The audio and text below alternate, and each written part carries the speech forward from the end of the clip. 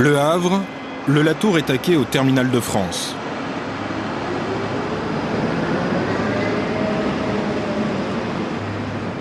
Avec ses 200 mètres de long, ce porte-conteneur est affecté au service Tour du Monde.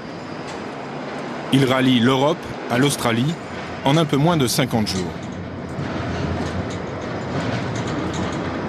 Le chargement du navire, d'une capacité de 2200 conteneurs, va prendre une bonne partie de la nuit. Il faudrait que notre patron nous paye un voyage, un tour du monde. Ah, faut pas rêver. Non, puis de faire un voyage avec un bateau, ouais, ça me plairait bien. Ça me brancherait bien. Ça doit être... Quand ils prennent des coups de tabac, tout ça, ça doit être... Impressionnant. Ça doit être impressionnant. Vous savez où il part, ce bateau-là ? Non, du tout. Du tout. On ne sait jamais d'où ils arrivent et d'où ils repartent.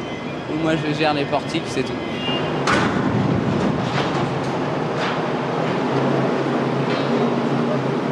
Ce soir-là, on embarque des meubles, de la bière, de l'eau minérale, mais aussi beaucoup de produits chimiques, toxiques et inflammables, des parfums, des solvants, des peintures, à destination de l'Amérique du Nord et de l'Océanie. Tous les conteneurs dangereux, c'est-à-dire tout ce qui est ici, ce qui est marqué avec des étiquettes, ils ont des places spécifiques à bord. C'est-à-dire qu'il faut qu'on respecte les emplacements. Sinon, quand ils passent dans les autres ports, si on ne respecte pas les emplacements, ils payent des amendes. Ils sont obligés de les mettre, c'est toujours chargé sur l'avant du navire ou en cale. C'est peu avant le lever du jour que le pilote du port monte à bord du Latour et rejoint la passerelle où l'attend le commandant Svast, un officier croate. Bonjour commandant, bienvenue à bord. Ça va ? Ça va. Quelle est votre destination ? New York. New York. Vous voulez quelque chose à boire ? Oh, du café, juste un café noir. Le départ est prévu à 6 h du matin.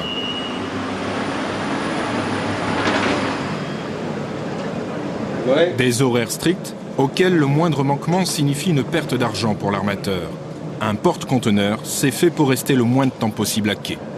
La vie à bord a terriblement changé, les escales sont courtes. On est loin du commandant qui prenait un fiacre et qui allait visiter, et qui allait chercher s'il ne trouvait pas quelques marchandises à charger sur son bateau, et qui représentait l'armateur. Depuis, l'invention du conteneur a littéralement bouleversé le fonctionnement de l'économie mondiale. Dans un conteneur, on peut en mettre des t-shirts d'une marque avec un petit animal vert ou des chaussures avec plus ou moins de bandes sur les côtés. Vous pouvez en mettre pas mal. Vous pouvez aller faire fabriquer vos chaussures ou vos chemises très loin, puisque vous en ramenez une telle quantité. Donc si vous trouvez une main-d'œuvre qui est 5, 10, 20 fois moins chère, pourquoi s'en priver ?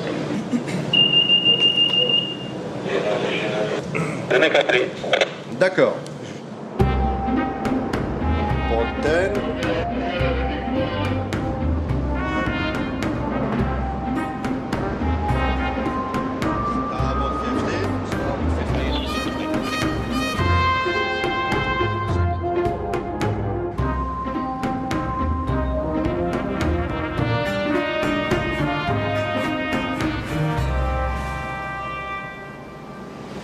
Okay, full ahead.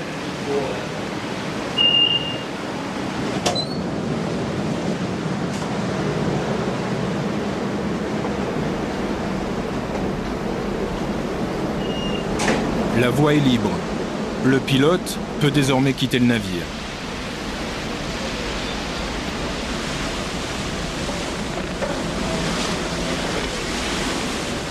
Le Latour et ses 23 hommes d'équipage s'éloignent des côtes havraises pour un long voyage qui va les mener jusqu'aux antipodes.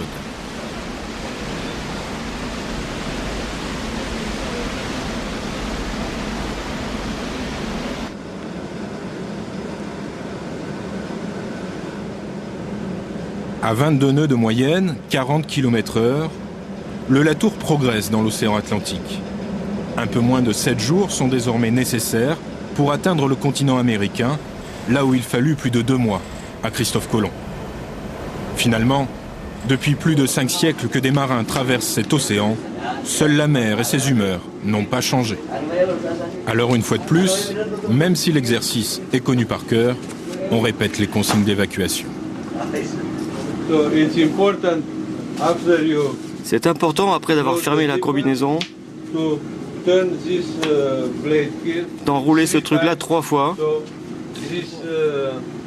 Et ça fait comme un oreiller. Et aussi, ça garantit l'étanchéité de la combinaison. Ici, il y a un sifflet. Et là, il y a une pile qui active la lumière. À bord du Latour, on communique en anglais. Les officiers sont croates et embarquent pour des contrats de 4 mois. Les marins du pont, eux, sont tous philippins et signent pour des contrats de 9 mois, payés 1 000 € par mois, plus de 10 fois le salaire moyen qu'ils toucheraient chez eux en travaillant à terre. Dans cet équipage, Ernesto est le Bosco, le responsable de ces marins. J'essaye d'expliquer parfois à ma famille ce qu'est mon boulot. Je ramasse les poubelles, je fais le peintre aussi, un peu de tout. Ils ne croient pas que mon boulot c'est vraiment ça. Même quand je leur montre une photo de moi, en bleu de travail, tout sale, ils disent « Ah, tu t'es déguisé pour la photo ».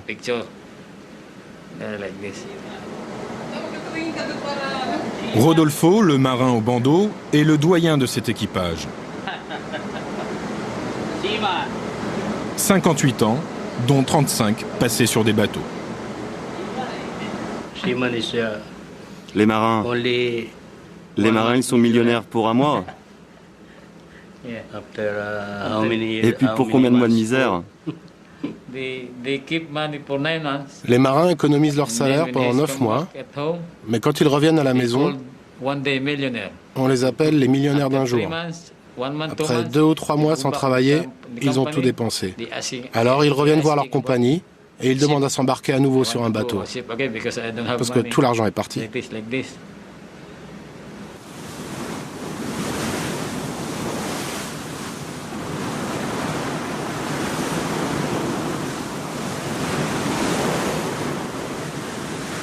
La mer est assez formée en ce début de voyage. À la passerelle, fort de 30 années de navigation, le commandant Svast a appris à ne pas forcer le destin. Les prévisions que nous avons reçues par fax et par email nous alertent sur une météo incertaine dans le secteur nord de l'Atlantique.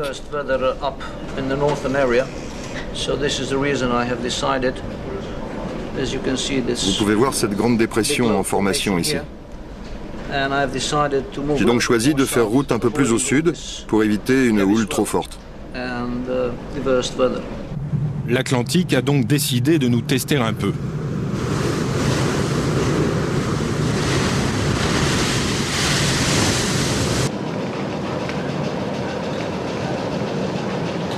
Ça a l'air d'aller maintenant. Pour fuir l'ouragan qui bloque les routes maritimes de l'Atlantique Nord, le navire a fait cap au sud, vers les Açores.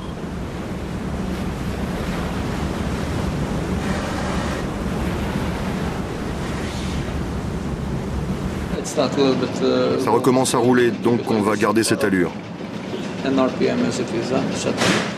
Ok, bonne veille. À plus tard, messieurs. Thank you.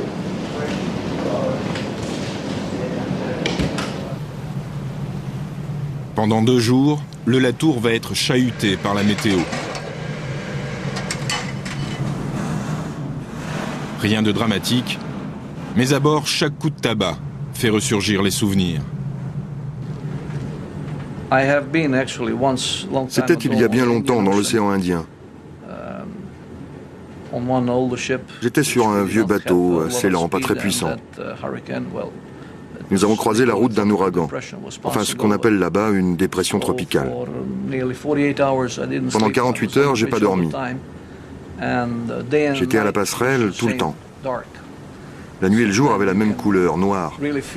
Alors vous pouvez vraiment ressentir à quel point vous n'êtes rien, même sur un grand navire. Vous êtes tout petit. La puissance de la nature nous avait submergés. La seule chose que vous pouvez faire, c'est survivre en suivant la mer, les vents, en essayant de garder son cap.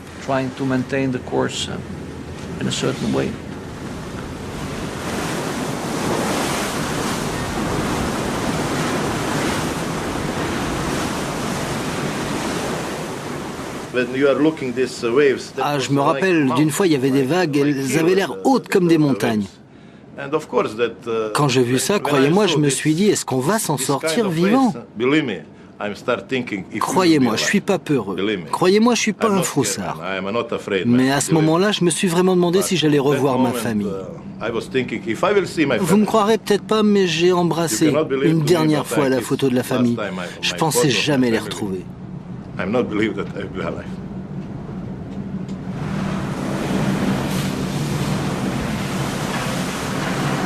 Le Latour fait le dos rond. Le navire a réduit sa vitesse, 13 nœuds. Et on perd de nombreuses heures sur l'horaire prévu d'arriver à New York.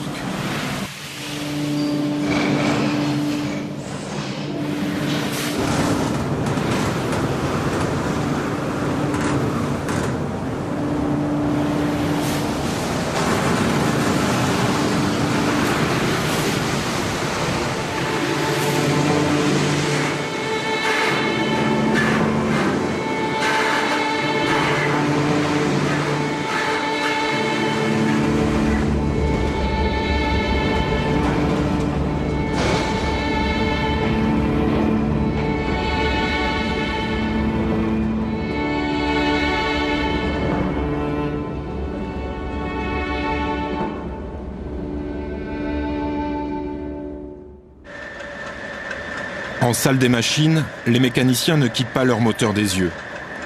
Les 30 000 chevaux font un bruit infernal. La température monte sans peine à 40 degrés. D'abord, le chef mécano enchaîne les quarts.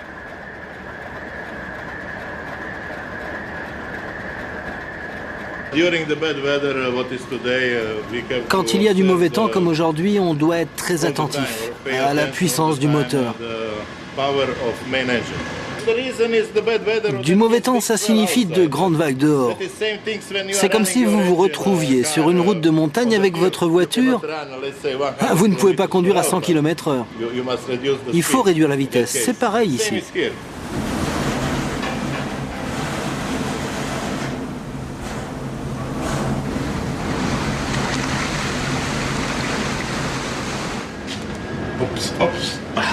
Good afternoon.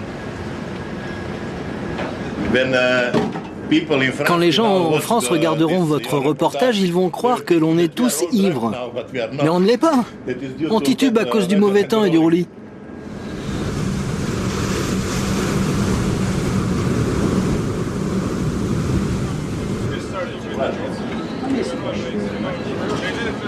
C'est dimanche. Le mauvais temps n'a pas empêché les officiers de se retrouver pour un pot offert par le capitaine. Ok, santé capitaine, santé messieurs, à la vôtre. Un bon équipage, c'est d'abord des professionnels. Des gars qui connaissent le boulot. C'est notre raison d'être ici. Et à côté de ce professionnalisme, s'il y a de l'amitié, alors pourquoi pas? C'est pour moi l'ambiance que je préfère, parce que ça rend les choses plus faciles. Ce genre de pot est pour nous l'occasion de nous voir, de parler ensemble.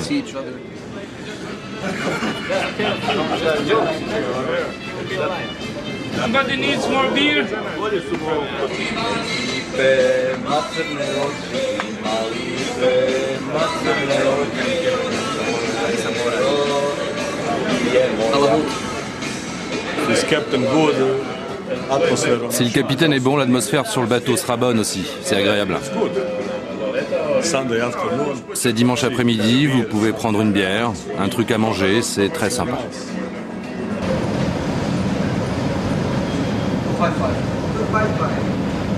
De nouveau à la passerelle qu'il n'aura pratiquement pas quittée pendant ces dernières 48 heures, le capitaine Svast a réussi à sortir le Latour du piège tendu par l'ouragan.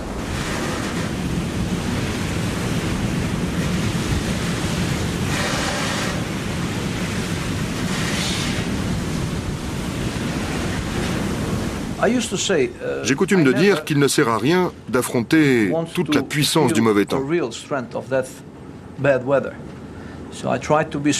Alors j'essaie d'être intelligent en tant que possible et j'essaie d'éviter ce mauvais temps.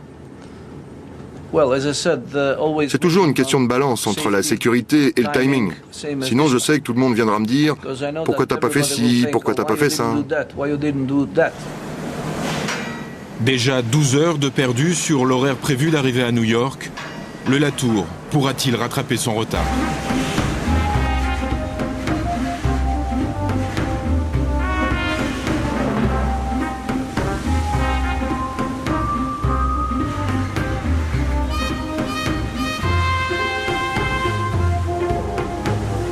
Le soleil est revenu. Enfin.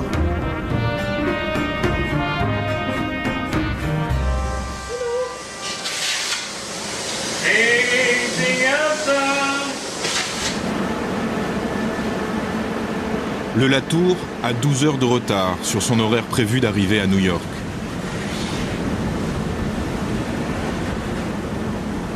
Le mauvais temps a laissé des traces. Le pire ennemi d'un bateau, c'est le sel déposé par les embruns. Le sel qui fait tout rouiller, qui attaque les peintures. Alors la tâche du jour pour les marins philippins, c'est un grand nettoyage à l'eau douce.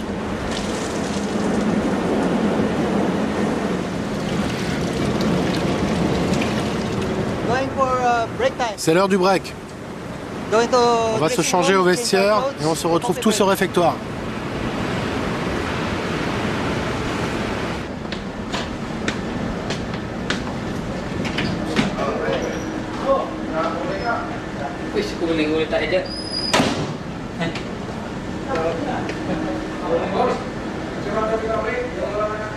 Pour ces marins, une journée ordinaire de travail commence à 8 heures et se termine 10 heures plus tard. 7 jours sur 7, pendant 9 mois. On les embauche parce qu'ils sont parmi les moins chers du marché et les plus compétents.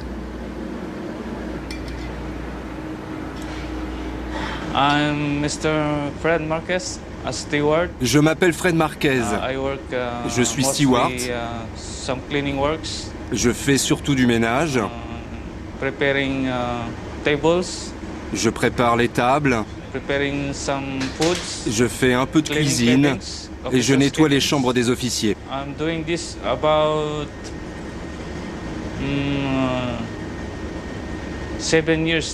Cela fait 7 ans que je travaille sur les bateaux maintenant.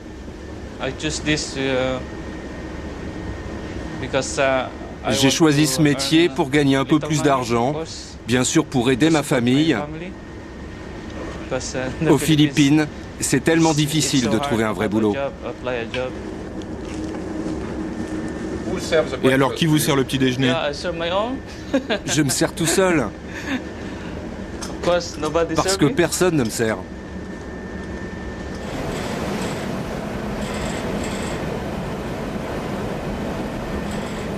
Le Latour n'aura finalement pas réussi à combler son retard dû à la tempête. D'ailleurs, le mauvais temps s'est installé à nouveau.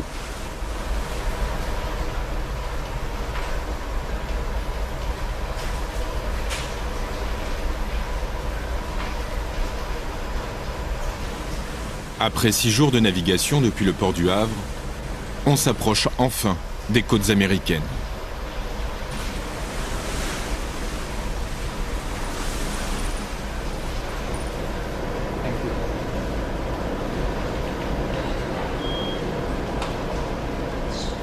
Bel oiseau, non? C'est toujours très intéressant quand on approche des côtes d'observer de magnifiques oiseaux, souvent exotiques, comme celui-ci. C'est un aigle très joli. Au moins, nous ne sommes pas tout seuls dans cet immense océan.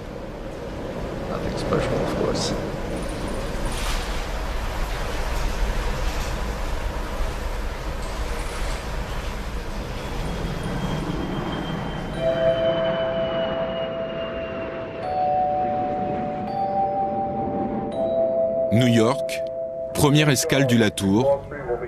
Le périple ne fait que commencer.